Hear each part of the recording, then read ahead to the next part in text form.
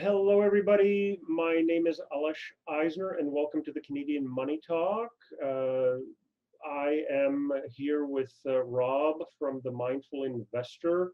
We are going to do the last podcast in our series, and we wanted to uh, put out there and discuss some of the themes that we're seeing in investing and kind of where we think that there's opportunities in the future and where things are going. So we uh, we have a couple of themes in common that we'll have a lively discussion on, and we also each have a couple of our own. So welcome, Rob. Thank you. Thanks for having me, Alish. All right, my pleasure. I think this is going to be saving the best for last. I think we're going to have a lively discussion on the themes.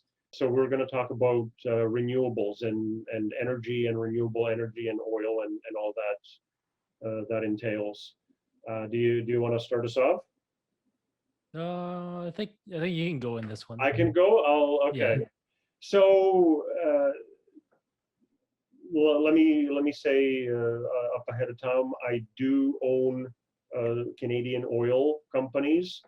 Uh, some of them have done poorly. Some of them have sort of recovered with the recovering oil as of time of taping. But so there's a couple of different trends that are going on, and I'm trying to wrap my head around them. But there's definite decline in the use of oil by virtue of the planet not being able to breathe and going up in temperatures and uh, island chains disappearing underwater and so on. So there's a theme of the declining use of oil. Uh, Peak oil, uh, according to, like, I subscribe to the International Energy Agency newsletters and so on. It depends who you talk to. Peak oil demand always seems to be about 10 years away, but then you see another think tank saying we've sort of hit it already. So when the price goes down of oil, you would think demand would go back up. And I mean, COVID aside, that needs to happen. But when prices go down, then supply declines, which supply and demand, right, where the two curves cross, is where you should ideally be. So as the supply declines, then the price should climb back up. And there's a saying, there's no better cure for low price of oil than low price of oil, because then demand goes up, supply goes down, price goes back up, and off you go. But there is, if we reach that peak demand, then yeah, maybe not. So the thing that I'm kind of thinking is the price of oil could still go up, but eventually it'll decline. Uh, so to me, oil companies are no longer, maybe just to make something practical. Oil companies are no longer 20-year holds, 10-year holds. It's, you know, buy it because it's priced well, it pays a dividend, and watch it and see what happens and reevaluate maybe after 6 months and then after 12 months. So that's kind of how I'm looking at it. So what do you think? So, what type of oil companies are you saying? Is Enbridge considered a pipeline oil company? Uh, I yeah, and yeah, I do own Enbridge. I do own a couple of producers, Suncor, which I think they're integrated, and Enbridge, I believe, has some production facilities as well. They're not only pipeline, aren't they? Yeah, they They're a little got bit. they all of their gas Yeah, distribution and storage and a yeah. whole bunch of other things. Yeah. Now, Enbridge, to their credit, is trying to move into some clean energy, and there's a distinct difference between clean and renewable, because people will say gas is clean, but natural gas, but it's definitely not renewable. It's cleaner than oil and God help us coal, Right. but it's definitely not renewable. So yeah, I have a few producers. and I also own Pembina and Enbridge, Suncor, CNQ, and the ill-fated Vermilion, uh, which didn't recover anywhere near as well as the others. So yeah, Yeah. the typical, the usual suspects in Canada. Right. Right. What And what do about you you? think? Yeah, I only own Enbridge, I think, Okay, but I do have like VDY, which probably holds some of those Suncor and other things, okay. but I don't keep track of them. Um, yeah, like I don't really I never really bought oil as well because I don't know, it's like the traditional sectors. Oh, fair enough. Yeah, mainly nowadays we look at the EVs, right, which is kind of like disrupting this sector as well, and in some sense, would you Uh, say? yes. Yeah. So, I mean, that's a related, but maybe a separate topic, but very related. So, the world was saying, well, okay, we have global warming, and we're having all these issues, and smog, for example, in like Los Angeles. I mean, even in Vancouver, we have you look on a warm, sunny day, and you see yellow haze over the city, right? That ain't good. Like, that you're breathing that's not great. The problem with EVs is that just because they're around doesn't mean they're going to be instantly there. So uh, I think Morningstar was, and I think they were on the high end, is that in 10 years, 15% of vehicles sold are going to be electric vehicles, Globally? globally, globally, Okay. which I mean is a large number of vehicles, but I mean as a percentage, you still have a whole bunch of gas powered vehicles. Now, I mean, over the years they became far more efficient. Let's not miss that fact, uh, because of the smog and traffic and so on. So, like, the transition to the entire world being on electric, and especially going back to the emerging markets, I mean, y- people ultimately go with what is there and what is the cheapest. So I don't think the emerging world is going to go electric unless it's affordable. If a gas guzzler is more affordable, that's what they're going to do. Uh, the infrastructure. Just think of the infrastructure that needs to be put in place with charging stations in a city, and let alone outside of the city. You know, I remember on Facebook I saw a meme where they had a charging station. There was a gas generator behind it. I guess out in the boonies to run the charging station. I'm sure it was a joke. I don't think that was real. Maybe, who knows? Um, but so most of the change is going to be in North America and the developed world, and then the emerging markets and the developing world is going to follow up. Uh, it's Yeah. it's going to be a very long process. The problem I have with all of the current holdings that I have, and I'm not adding to them, of oil companies, is that there's no more growth. I Yeah. don't think, right? If the demand doesn't keep going up, their price is going to stay flat. They're still going to produce the oil.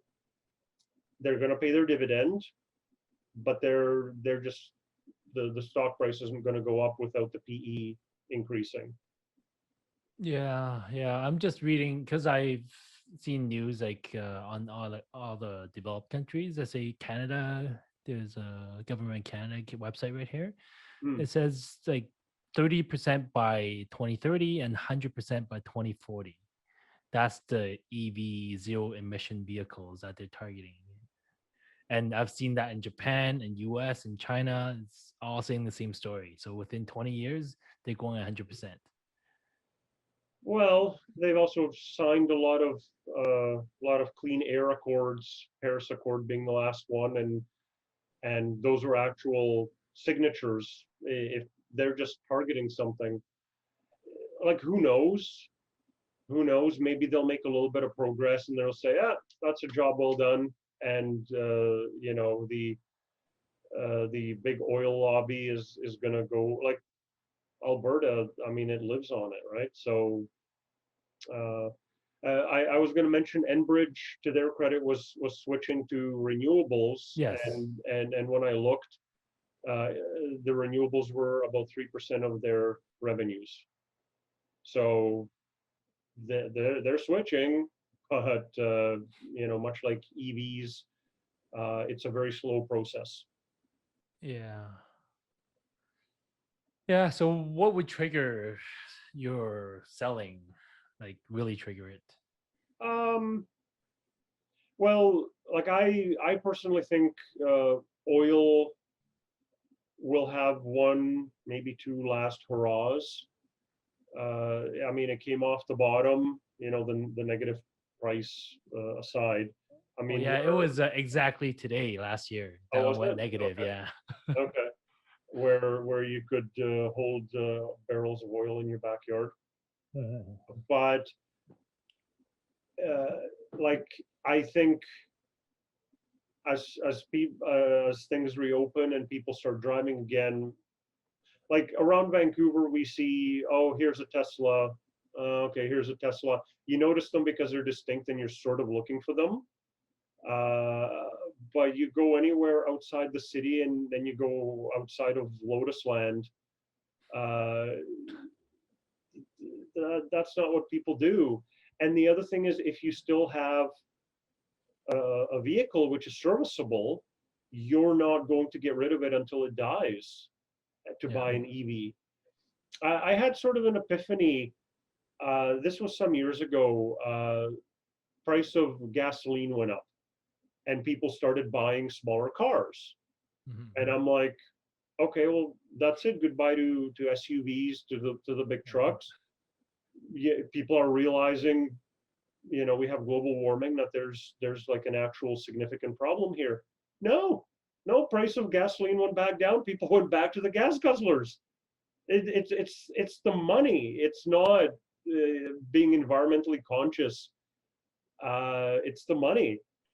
So I find that human nature quite interesting. Like even if you have a brand new baby and you're like, I want my child to be able to live to a ripe old age and on a planet where he or she can breathe. No, that still doesn't happen.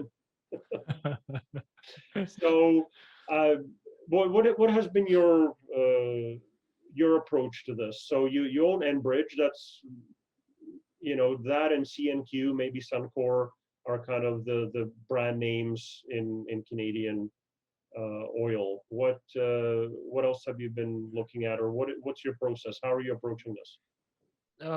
Yeah, those three they don't represent.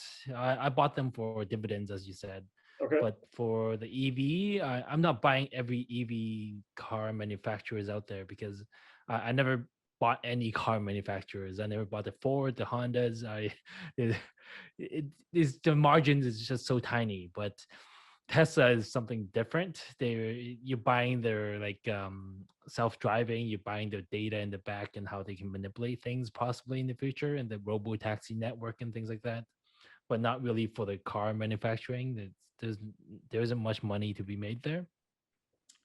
But what they were doing with all this expansion in China and India and Germany and everything, they're just collecting more data. So I like buying into data, and that's why I have exposure in Teslas. But that's not really for an EV play. Okay. Yeah. So like pure EV play, I may not have any actually. Oh, Yeah. interesting. Okay. Yeah, because there are other companies like Neo and Xpeng or something like China manufacturers. To me, they don't have any tech they're just car manufacturers. It's kind of like the PC days where you have like the Acer or like the third party manufacturers. They are not creating new things. They're not innovating. So it, they can't really demand the price. Whereas if you're the tech behind it, you can like R&D more and you can charge more. Like that's where I want to be at. Fair enough. Yeah. Yeah. But as far as the energy, you're gonna stick with Enbridge and kind of watch it, and if they ever look like No, they're I think I'm gonna stick with it until they cut dividends, like they like cut it by half or whatever, and right, then I'm out for sure. Because right now they're still paying 7%. So if I can just hang on to it for 10 years, I already made back my principal, and they would just kind of ride it. But like you said, like it's not 1 or 0 type of thing. It's a transition, right? So who knows how long it'll take? They're saying 20 years, it could be 40, yeah, and by 40 years my dividends probably tripled my value already. So yeah, yeah, because you're growing them as well. yeah. There's also the political question: what will happen in the U.S. with Biden and the shale producers and the fracking and all that?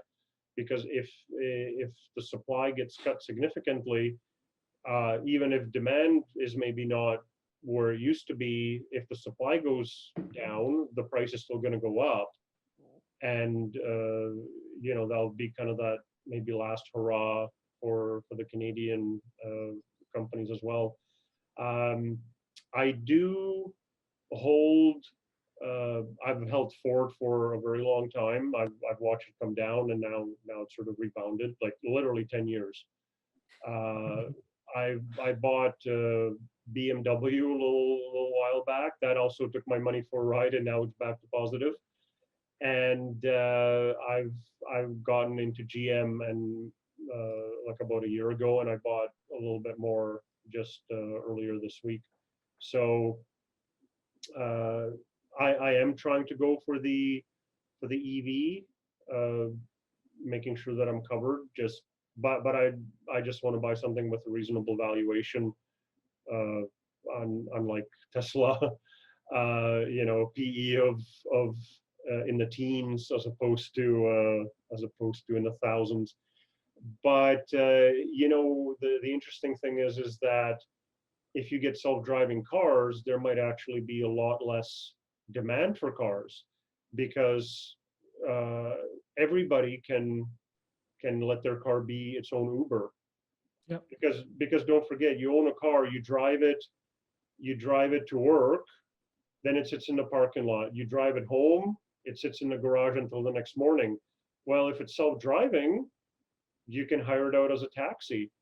But that means that there'll be, a third or a quarter of the cars on the road if people can stagger their start times a little bit, assuming that they're actually going to work, to the office.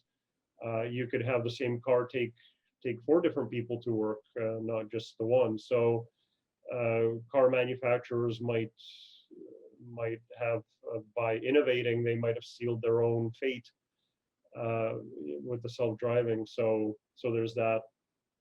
Uh, uh, yeah, it's kind of interesting trying to see what the future patterns are going to be, isn't it? So so obviously, cars right now consume quite a bit of the world's oil. Let's say we're able to replace them all with electric vehicles. Are you going with clean power generation companies at all? Are you in that space? Like Algonquin and such. Yeah. Yeah, I got some Algonquin. I'll build up the position a little bit more, and yeah, I'll go from there. That would be my only play. Okay. Yeah. Uh, that I mean, I'm sort of going with that as well, not just for the cars, but I think there's just going to be with population rise, there's going to be increasing energy needs, and I'm also trying to play that. Like I said, I'm resisting on the oil companies, but I've replaced my investing into these clean energy utilities, or at least partially clean. So yeah, Algonquin, Northland is another one that I like, and Amera. So yeah, I've sort of been trying to put money into those, and they pay their dividends as well. So I do like them for that. So, but you're not really going in. It doesn't sound like you're going into the space, the energy space, very much at all. You got a little bit of Enbridge, a little bit of Algonquin. So it's Yeah, not really I your got thing.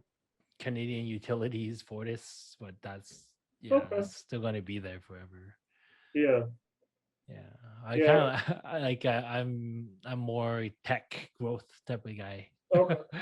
Yeah, this is kind of dry to me, so I just I just buy for dividends and park it there. Yeah, fair enough. Yeah, I don't expect much of it. Yeah, So you've identified as a theme and as a trend, but you're not really playing it all that much. no, I hope the folks listening have enjoyed our discussion, and maybe they'll be able to leverage some of these themes in their own research and in their own uh, purchases and investing as they wish. Please do your own research prior to investing in any of the companies that we've mentioned or following up on any of the themes. So I have been Alesh Eisner of the Canadian Money Talk. This has been my friend Rob of the Mindful Investor. I hope you've enjoyed our podcast. yeah, thank you for watching, and check out my channel if you well, if you're curious into what I do at Mindful Investor.